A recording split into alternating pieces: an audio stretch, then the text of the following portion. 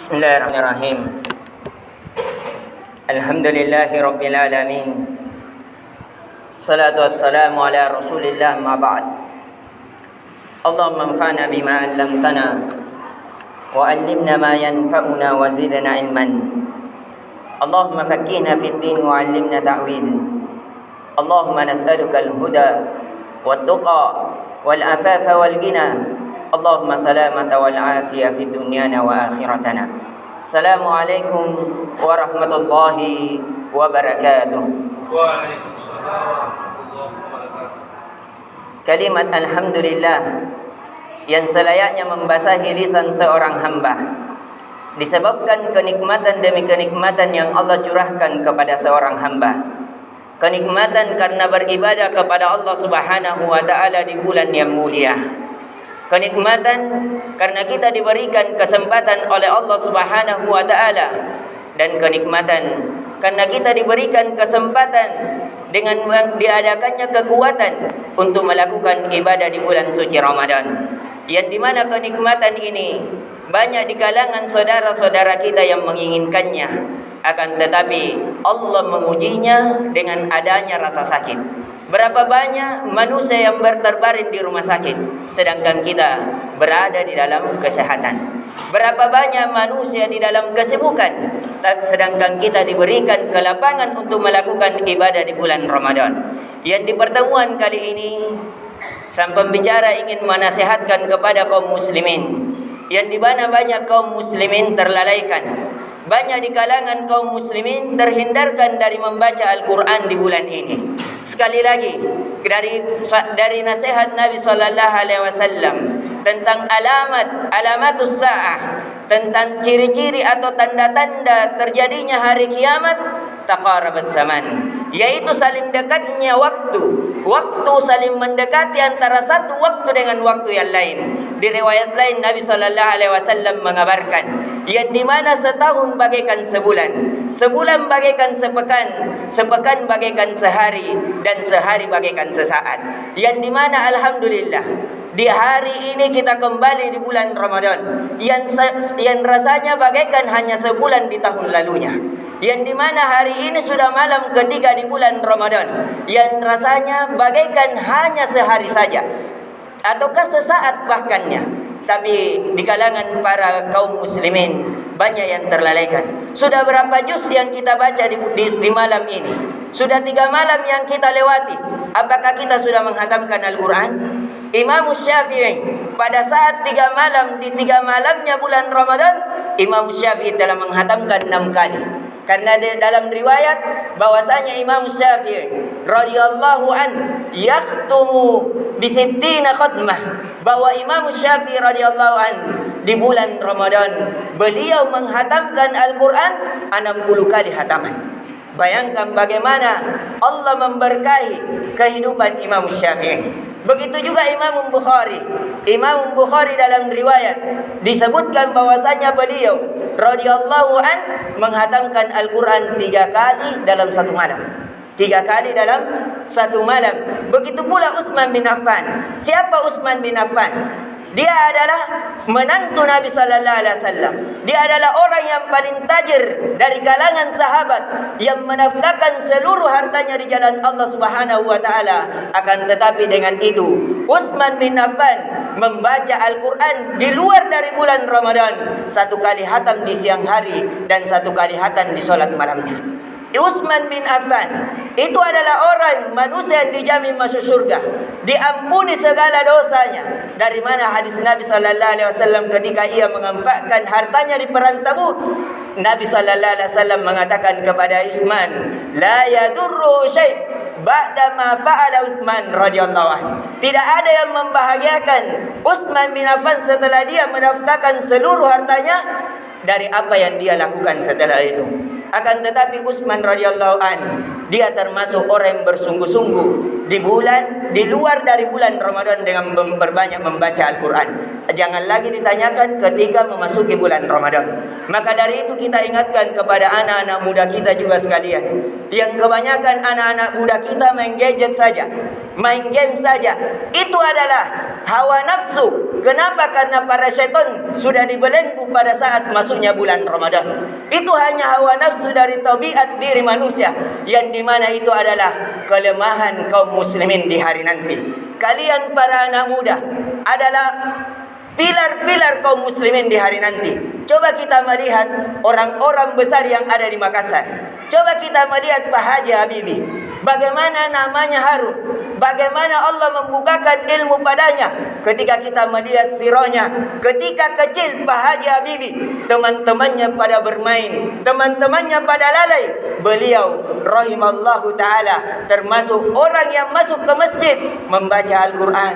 Orang yang masuk ke masjid belajar dengan pelajaran kimia, fisika, sehingga dia bisa, Allah memberkahi umurnya dengan bisa mendapatkan peneguhan yang luar biasa, yang bermanfaat sampai hari ini kita lakukan. Setiap orang pergi berumrah, melakukan memakai pesawat, ada pahala kebaikan dari Pak Haji Habibie yang dia dapatkan. Disebabkan man dalla ala khair falahu ajr mithlu fa'ilih. Kata Nabi sallallahu alaihi wasallam, barang siapa menunjukkan suatu kebaikan, maka ia akan mendapatkan kebaikan tersebut sebagaimana kebaikan dilakukan oleh pelaku kebaikan itu tersendiri.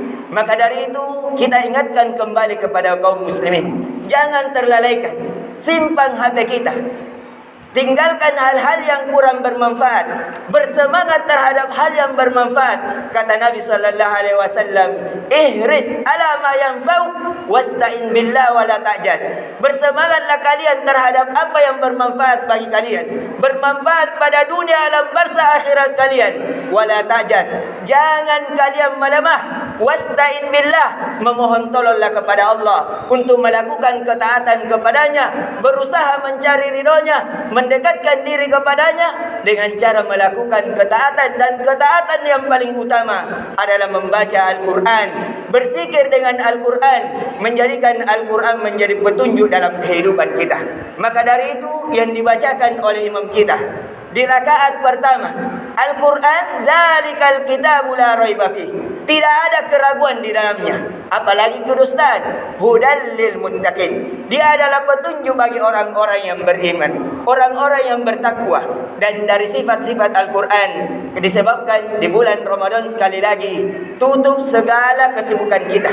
Bahkan di kalangan para ulama ada yang menutup jualannya untuk menyambut bulan Ramadan dan bersibuk dengan membaca Al-Quran. Dan akan tetapi di bulan Ramadan ini, sekali lagi hendaknya kita menyibukkan diri kita dengan berbanyak membaca Al-Quran, menghafal Al-Quran, mentadabburi Al-Quran, mengamalkan Al-Quran, mendakwakan Al-Quran, bersabar di atas Al-Quran hingga ajal menjemput. Maka dari itu hendaknya kita juga mengingatkan kepada kalangan kaum muslimin bahwasanya Al-Quran ini adalah hal yang paling agung. Nabi sallallahu alaihi wasallam menasihatkan kepada kita sekalian.